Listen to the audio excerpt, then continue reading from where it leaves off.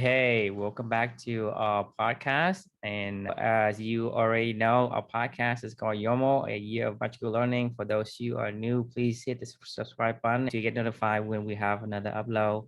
So essentially, we are on book 86 today, a new week. And so I'll have Chris introduce you to the book and we can talk about it.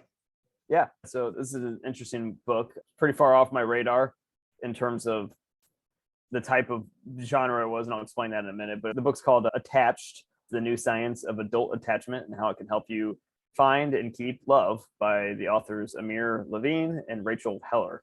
It's by psychiatrists and neuroscientists, the two authors, and they explain why some people are able to navigate relationships effortlessly while other people struggle. So they lay out there are three different styles of attachment. You have avoidant attachment, anxious, and then the third one is secure. So the secure one is what everybody wants, right? You want to feel secure and you want to feel like you understand who you are and how you want to be interacted with and how you want to interact with people. Anxious is it says in the name, you're always constantly worried, constantly fearful about stuff. And then avoidant is whenever there's a conflict that rises, they just kind of put their hands up and they're like, I'm out of this. I don't want to engage. I don't want to get too close to somebody. So that's the spectrum of attachment. It goes from anxious to secure to avoidant and then vice versa. The theory is a lot of times anxious people and avoidant people are like magnets to each other. And that's why the relationships are always volatile. You're always stuck in one attachment phase. You can shift, but it takes a lot of time and effort to shift. If you are naturally an anxious person or an avoidant person, typically you need to find a secure person to balance that out. And then slowly but surely over time, that'll shift a little bit. So like a secure person in theory should be able to have a relationship with anybody because they're secure with themselves. So even if their partner may be avoidant or anxious, they can balance that out. But if you put like an anxious and an anxious together, or an avoidant and an avoidant together, or an anxious and avoidant together, it's pretty volatile actually. If you have an anxious and avoidance together, does that attract? Oh yeah, at the beginning of it's like fireworks, really hot and heavy, and then slowly but surely over time, as one wants more attention, the other one doesn't like that, and they'll start to fade away. And then that person will want more attention, and the other person starts to slowly drift away. And then eventually that avoidant person will be like, I'm just out of here. And the anxious person will get more anxious. And then it's like a catch-22. It's just circular. And then the funny thing is, those are typically the people that you'll find to be the most single people. If you go out to a bar or something like that, you don't typically find a lot of very secure people that are out there looking for a mate because they've already found somebody. They are secure. Anxious and avoidant people continue to attract each other, and they go back into the singles pool, then they attract each other, and then they go back and they attract. So like, the cycle really, I'm paraphrasing this book. Like it's not necessarily all about this, but it really spends most of the time talking about anxious and avoidant attachment styles. Just because those are what people need. Anyway, this isn't the year of magical learning book reviews. This is the year of magical learning as to reflections, right? So I'll get to the reflection. My reflection from this particular book was, if you want security, attach to your values. So like I said, there's three different attachment styles: anxious, secure, and avoidant. And my thought with that title is, if you're not secure, or if you want security, it's about understanding your values, right? So I'll get to the why behind all that in a second here. So fun little cadence of how this book even came on my radar. I don't know if you remember, but when we first wanted to start making a podcast, we were originally going to do the I Can't Imagine podcast, which I think we're still going to pick up eventually. It eventually kind of morphed into this magical learning podcast. When we first started it, we wanted to meet people that had their own I Can't Imagine events, hear their stories, and then have a question and answer session and learn more about their lives and their missions, that their I Can't Imagine event spawned. Well, the first recording that we did was with a friend of mine. I won't put his name in here because I didn't ask him about this stuff, but we did the podcast recording, and he had his own I Can't Imagine event, and he was telling us about going to a therapist. And this was the book that they recommended, was this attachment theory, or Attached. So he read it, he really liked it, really enjoyed it, and he thought it was a big breakthrough for himself in terms of how he related for his relationships going forward. And he ended up getting married a few years later. He actually just recently got married, which we all know this particular person in our friend circle is somebody that was always kind of like a lifelong bachelor, dated a lot of people all the time. He credits this book as to something that helped to open his eyes to how he could be better in a relationship and shift more to that secure attachment theory. Anyway, so that was the first time I heard about this book. I was like, it sounded kind of interesting. If that was a big, impactful book, and this is all about learning, I'll check it out, right? Well, I don't know if you remember this, but like 4 days after that, when we did that initial recording, we did our our anti-book club weekly meeting. and somebody came to that one, and the book that they wanted to review was they were reading at that time was attached. I was like, oh man, talk about universe conspiring to, when you want something, the whole universe conspires to make it happen kind of thing that we talked about with the alchemists in the past. And I was like, look, I don't know what the universe is trying to tell me here, but like, the omen said read the book. The omen said read the damn book, right? So I went and bought the book and went through it, and I enjoyed it. I feel like I learned a lot. I feel like it's something that I've gone back to many a times in the past since I've read it, in terms of how I start to think of things. I will say this, I'm trying to get away from the categorization side of everything, because everything is really fluid. I think it's really hard to say somebody's secure or anxious, I don't like the black and white labeling of things, but it does help to talk about maybe how you can interact better with somebody. But anyway, what this whole book really made me think about was something that you and I talk about the most. If you want to be secure in anything, like, it always has to start with knowing yourself, right? You can't be a secure person and not know who you are, or not know what's important to you, not know what matters to you. That's all I could think about the entire time that I was reading this book. If you really want security and you want to be the secure attachment style, it always starts with understanding your values and secure yourself to those values. Spend your time anchoring on your values, spend your time understanding who you are and who you want to be. And that will ultimately bring you security. It's like that comfort blanket that you can always go back to when you're like, who am I? Who do I want to be? And how do I want to act in this particular situation? Well, anchor to your values, and that'll bring you that security and peace of mind, where you can always know how your elephant might be acting or reacting in a particular situation, and then how to interact with other people based off of that. So I feel like I'm a broken record, but what we value is who we are. And if you want to move to more of a secure attachment style, then really attach to your values. The question for anybody following along with this is, what's your attachment style? Anxious, avoidant, or secure? You can answer the question, or just love to get your thoughts on the reflection in general, or the book, whatever you want to start with. Your attachment style this is not something we choose until we can actively, I guess, understand, overcome right. it, right? Because if you're anxious, it's not like you wanted to be anxious, right? Some people do. Some people find it exhilarating to always be on edge, be anxious. Or some people, like, I think what you're saying is, because you don't know that you're doing either that. your condition creates you as an anxious person, or as an avoidance person, or a secure person. It's not that, hey, I chose to be anxious. I'm just anxious because of whatever you're nurturing upbringing that I've been conditioned to. Correct. It just makes me anxious when I'm like, your childhood experience creates you as this person with this attachment style. I totally agree. I mean, this is all very much so nurture driven, in my opinion. Just like we're talking about, you can change, you can shift, and you can morph on that spectrum, in my opinion. Like, if you're anxious now, that doesn't always mean you need to be anxious. You can shift, you can morph yourself. And this is how I'm recommending you do it, is attach to your values, and then you'll figure out, what does that security look like and mean to you. But yeah, I think you're on the right page. Right, but the thing is, but I really agree with you on your reflection, because when you attach to your values, you always become secure. You don't become anxious, you don't become avoidant. I don't know if that's true or not, but why would you avoid your values? It sounds like secure is what you want to become. Yeah. Right. So for an anxious and avoidant style, it's not something that you choose. It's something it happens to that you experience. Correct. It's right. Yeah. But it's you naturalized. Right. And so you want to be secure. You want to be independent. Right. You want to choose what you want to be, how you want to be, how you want to act. Secure is the ultimate, I guess, the stage you want to be at. Correct. Yeah. Right. Well, in theory, it sounds better than being anxious or avoidant, I guess, if you had to choose one of the three, right? Right. And another thing is, it's probably not everybody is going to fit into one of these three. It could be others, right? Could it be others?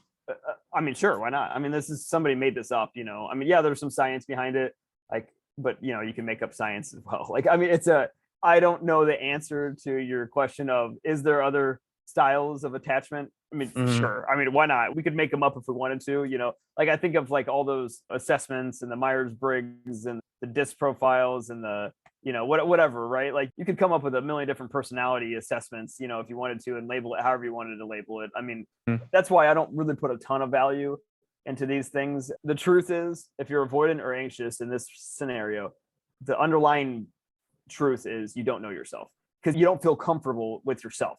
Otherwise, because if you did, you wouldn't choose to be anxious or avoidant about how you interact with other people if you were comfortable with yourself. Right. That's how I see it, though. I Right. completely agree with what you're saying, but that's how I see it. So what I see, it's either you're insecure or you're secure. I mean, that's how Exactly. I Right. see it. I mean, Right. that's not, if you That's want to label something, you label something is or isn't. So correct. to have three different label, I think, it's probably going to be missing some stuff.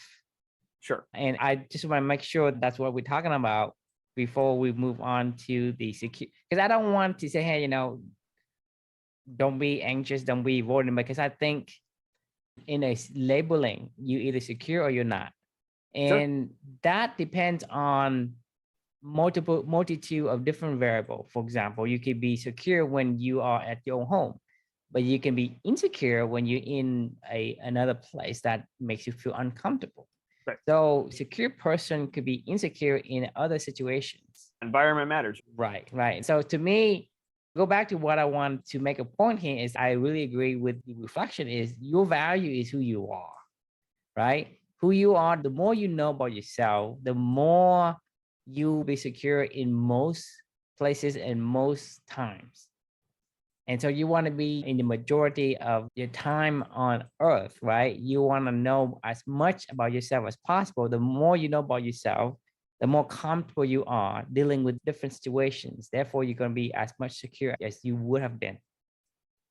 And so, we are pounding this idea of values to death, but I think it's really important to understand this value because it's being brought up over and over and over again in multitude of different situations.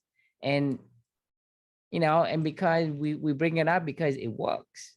That's the secret ingredients Right. to finding this enjoyable life, the fulfillment of independence. That's the secret ingredient is you gotta figure out who you are, know who you are, Do it on understand purpose. yourself, right? And the more you do, the more you can be comfortable. The more secure you become, very secure with yourself when you know who you are, and then you're able to guide your life by the actions that align to who you are, right? Right. Because sometimes you can't run away from who you are. You are who you are, right? You have to accept it. Sometimes, you say, well, I wish I'm a basketball player, but if you're not, you don't have the height, right, to play basketball, then right, that's not going to give you fulfillment. I mean, so you have to understand who you are and accept who you are. You are born because of a certain genetic makeup, right? And that requires certain, I guess, complementary, work or whatever. That's why we call it meaningful work. The work that it is complement to who you are. Right. Right. And once you fulfill that, it becomes complete. Having a completion give you when the things you do gonna give you joy out of doing it. Right. Well, and then how you interact with people and the meaningful relationships you develop from that. This is about, for me, more meaningful relationships, like the meaningful work side of everything, because you can't develop meaningful relationships with somebody unless you're able to get to know them at their core, like what really matters to them, who they are, and be able to share that effectively with yourself as well. If you and I were to go do this magical learning journey together and it was always superficial, we were just guessing or I wasn't talking about stuff that was real or authentic to what I actually cared about or what was important to me. It comes across in the shows, but then B, like, you start to, those other emotions, those doubts start to creep in where you're like, why isn't True doesn't seem like he cares that much about this stuff, or like, maybe I get a little more anxious and I'm like, like pushing you to share more, or like, and then you're like, whoa, like, I don't know, this doesn't feel right. And you start to pull back, and all that is because you're unable to develop those meaningful relationships if both parties, whoever's engaging in a relationship, does not come into it knowing who they are and what they want to be. Now, this is where the whole, insecure versus secure comes into play. If you're dealing with somebody that's super secure and you're insecure yourself personally, and you walk into that relationship, like that example of the way that they live their life will eventually help you to find a way to anchor onto that as well, to say, okay, I get it. Like I'm going to use them as my role model, I guess, if you will. And I can feel secure and move more toward being a secure person and sharing who I want to be, because that other person's already anchored really well. So like that's why like different avoidance and anxious people can coexist with secure people, because it's like an anchor, it's like a rock. But it doesn't right? last. You talk about anxious and avoidant. I mean, it's complementary in a way, but it doesn't last, right? It becomes a spiral. It's a spiral, and it's gonna go get out of control. Right. They have to shift more toward being secure. So eventually, you want something to go long term. It has to be secure. If you don't have secure, it's not gonna last. It's temporary, because you can say, well, I'm anxious and I'm kind of like pair up with an avoidance person. The avoidance and anxious are the opposites, like spectrum, so that they attract for the short term, but then after that it goes out of control. Right. And so in the way that I see it, you have to go from an insecure state, whether that's anxious or avoidant, to a secure state. And I think that state is where you are most yourself. And when you know yourself, then you can be comfortable doing things that hey, this is who I am, this is what I do, right? If you do that, then nothing is fuzzy, nothing is doubtful. And a lot of time we are the doubt comes to your head because you don't really sure what it is that you want. Right. And that creates the sense of uneasy. When you doubt yourself, you feel uneasy, right? And when you're uneasy, then you get kicked out of the secure stage. Right. Yeah. I mean, being a secure person is also attractive to a lot of people, right? Eventually, not be super flashy or exciting or something along those lines, but like at the end of the day, that's what people want, is consistency and order. They want to feel like they know what they're supposed to do and what they're here for. You know what I mean? And they want to be around people like that. It may not be the roller coaster effect may be really exciting in the beginning, but eventually nobody wants to ride a roller coaster forever. You know what I mean? Like you can't, like the highs and lows are, like that's not how our minds are supposed to operate. And the only way that you can ever get to more of a stable space in any environment, I think you mentioned something really important earlier, like being a secure person means anchoring on your values. You're an environment agnostic, person agnostic, to who you're interacting with agnostic. You're going to be the calm, the eye of the storm, I guess, if you will, because you're anchored around something that kind of keeps you on that consistent path going forward, regardless of geography, time, place, who you're talking to, whatever it may be. That's what we care about, and that's what values can provide for you. Now, if you don't like that, by all means, it is way more exciting to fly by the seat of your pants. Don't get me wrong, it's more exciting. You probably have more. I mean, to me, it's hard for me to say, hey, I want to be anxious. I mean, sometimes it's kind of thrilling when your heart's pumping, your mind's in it. I mean, when you get into that heightened state of awareness, I mean, hell, you probably might be the most productive. Like, think of schizophrenia or something like that, right? Where when they're in their manic states, some of the most famous artists of all times have been schizophrenic, and they get into these manic states where but I don't care. I don't care about the arts and creativity. I leave to the world in exchange for my hell state I agree. Mind. You're true. You're a very secure person. Like, I don't think that we would be able to do this whole experiment you and I have been on if you and I both weren't very secure in what we were hoping to accomplish and what we wanted to do. I bring you like 500. I'm like a dog with a bone half the time. I just walk up with a new idea that popped in my head, and you're like, yeah, is this really what we want to do? And I'm like, no, you're right. Like, all right, let's move on. But if I gave that bone, the dog with a bone, dropped it off in front of somebody that was anxious or avoidant, they might go, yeah, that sounds great. Let's do this. I don't know what I want to do. And then all of a sudden, you guys are both going down this road of complete shit show where your relationship just kind of falls apart and deteriorates because there's not anchored on something of a clear vision or a clear direction or a clear mission or clear values. So I don't think you're going to relate to any of the stuff that I'm saying when it comes to the appeal of being anxious or avoidant, because that's not you. I just can't see it. I don't want to be anxious. I don't want to be avoidant. If I have to deal with it, I'll deal with it. I don't know. Well, take your secure paradigm off, and then put your anxious paradigm. Tell me on. How can I take my secure paradigm off? I mean, that's the what do the Stoics call it? I wrote about this in one of my reflections. The premeditated adversity, right? Like, this is let's just pretend you were an anxious person, and use your imagination. Like, that's what we talk about all the time. Is use your imagination of you're an anxious person. Your wife's an avoidant person, and you're an anxious person. Like what does that look like every single day? I mean, yeah, it sounds like a nightmare, honestly. But at the Yeah, same it sounds time, like a nightmare. That's why I can't see the exhilaration that you painting. I don't see it. I just say, well, this is not the feelings I want to have. there's so many books and plays and movies that have been written about that feeling, that spark, that excitement that comes with, people that are insecure in the roller coaster journey that comes with romantic love and things like that, right? Or companionship or whatever it may be. I bet you 75% to 90% of all content about these kind of movies and books and stuff like that come from an insecure place, because it is exhilarating, like that first initial stages. So that's interesting, though. I mean, did the book even give you a breakdown of the percentages among the populations that is in each category? I think they did, but I can't remember off the top of my head. Because before this, I just think most people are on the secure side, right? No, I think it was, if I remember right, it was something like, 50% of the population is secure, 20% is anxious, 25% is avoidant, and 5% is fearful. Yeah, majority of people are secure. Yeah, I would say that. I think that's a fair assessment. Okay. Yeah. Which is good. Most people are secure. There's only a handful of anxious and avoidance. And eventually they're going to transition from the insecure to the secure. I mean, to be fair, I think even security is on a spectrum. You can be secure and know who you want to be. But I think you and I would both argue that unless you really know, like, this is another level of security, the stuff that we're talking about with values and mission and purpose and things like that, and meaningful work and meaningful relationships. That's like a whole nother level of security, in my personal opinion. I think on the spectrum of that 50% that's secure, like, I would have called myself secure before this whole journey started. Like, I felt like I knew who I wanted to be and how I could relate in any kind of given interaction, with somebody.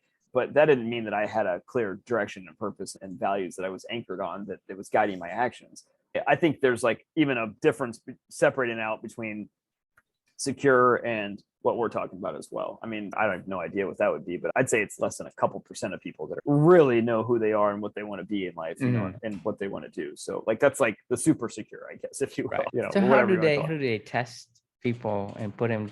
I know, man. Like, I'm sure they broke down some of the stuff from the so science basically these numbers are like out of thin air. I'm sure they tested something and did something. That's the funny thing. I actually, just on a side tangent, whenever I read statistics these days, I don't know, I hear them in books and I hear them recited over and over again. And sometimes I hear them and I'm like, where are like, I know that they're citing the sources, but where's the original? Like, who did the work that said that this was the truth? Like, sometimes I just hear these things and we just say them like second nature, like, oh yeah, 50% of the world is secure. I'm like, exactly. We're on a podcast talking about, oh yeah, 50% of the world's secure and 25% of this and 20% of that, and I'm like, who the fuck knows? I don't know. I mean, I'm just reciting what somebody else told me. 25% sure secure, and 10% insecure, and then 10% avoidant, and 5% fearful. I can say make that up whatever you want to make up. I mean, because there's no evidence, there's no proof. I mean, I'm sure there was some study that somebody did at one point in time, but then again, I don't actually know. So it's hard. I can't say, like, the whole 150 people in a tribe kind of thing. I feel like in Loon Shots and Sapiens, I think in Humankind, the truth is, I remember reading somewhere that nobody actually knows where that came from. Like, it just poof appeared out of thin air. 150 people, like, that's about the size of a culture that you can grow, where you can control things. So I don't think anybody has any idea where that actually comes from. I don't know if that's true or not. Or the 10,000 hour rule, I read that somewhere as well, that like that's been totally misconstrued. That was never, nobody actually ever did any scientific work to say what the 10,000 hour rule is. But how many times is the 10,000 hour rule cited over and over and over again? That's my point, though. That's my point, is like, there is so much things that we take at face value without even asking these people to convince us. Right. We took it, say, hey, that's the number, or that's whatever, but try to convince me. I mean, I'm not asking for like, hey, I want definitive proof and thing. What, give me a convincing argument why that is, right? They don't even tell me the argument, and that's the problem. The problem is we take everything we were fed. We were fed these numbers, these concepts, these beliefs. Right. to us, to our kids.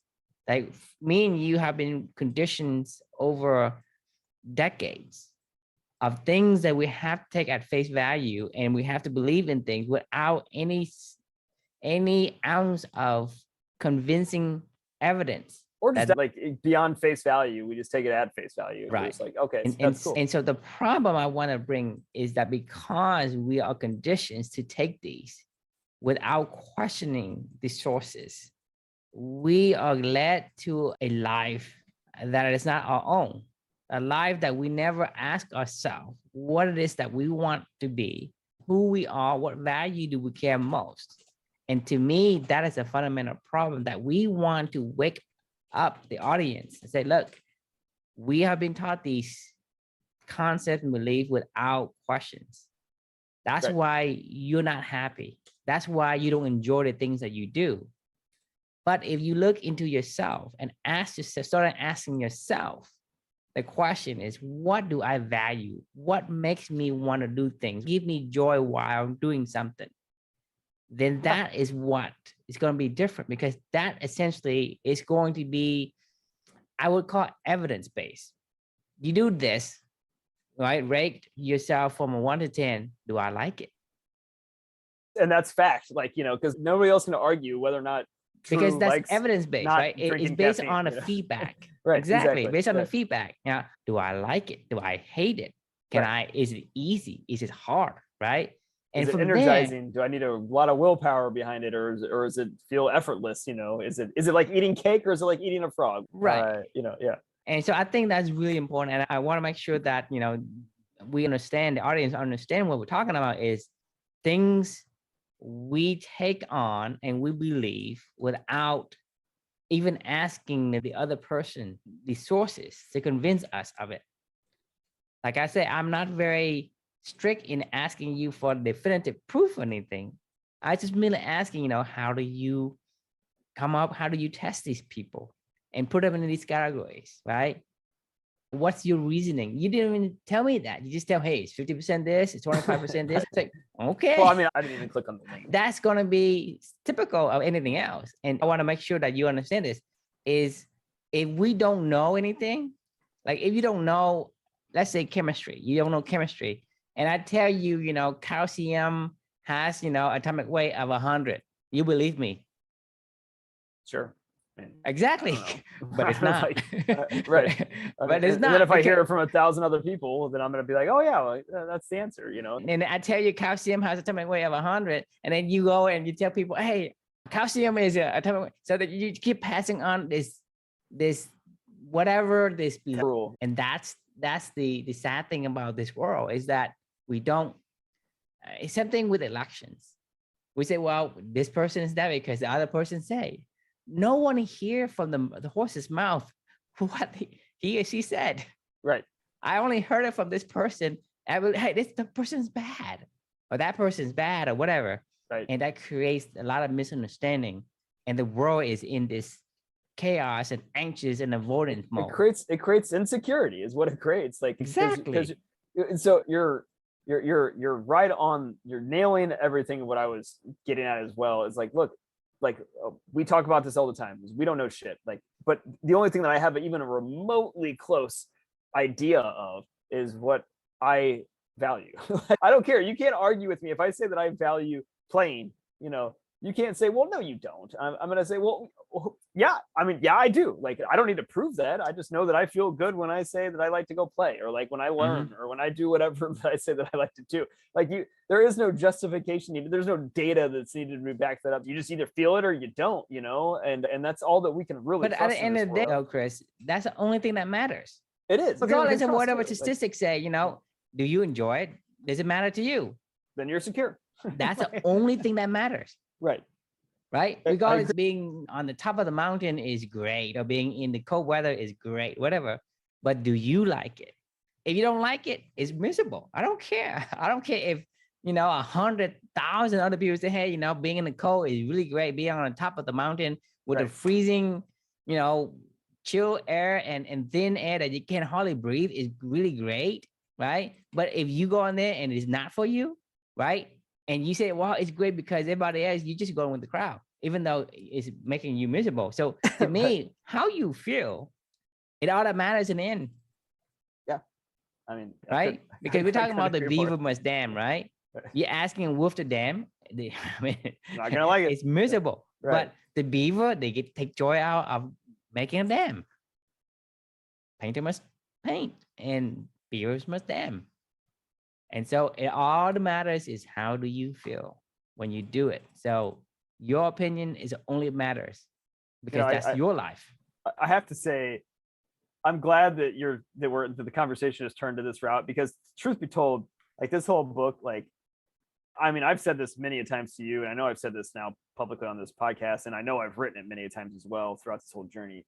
Like, I'm really trying hard to get away from the categorization of life. Like, I didn't actually feel too comfortable going, oh yeah, because I felt myself after I read this book, and I was like, oh, that person's kind of insecure or anxious or avoidant or whatever. I think I even said that to you guys, who you are and who you want to be and how you want to live your life, and to go and to do that, like, and be insecure and doing that. That's why I wrote this reflection. Like, if you know, if you want security, attached to your values, like, I mean, that's the only attachment that you need. There's no other constant in this world besides you knowing what you care about and what you like to do and doing that. There is no other constant. Like, I don't care if it's your wife, significant other, parents, like, it doesn't matter. Anybody else is never going to give you that constant, because you're not in their head. Right. You're in your own head, and you have the power to decide that while you have time here on this earth. If you want security and you want to be a secure person, like, attached to your values, which is the only thing that you have control over in this world, in my personal opinion. But then again, I don't know anything. So like right. But the thing is, try for yourself and see. I mean, right. Like I say, don't take our words for it.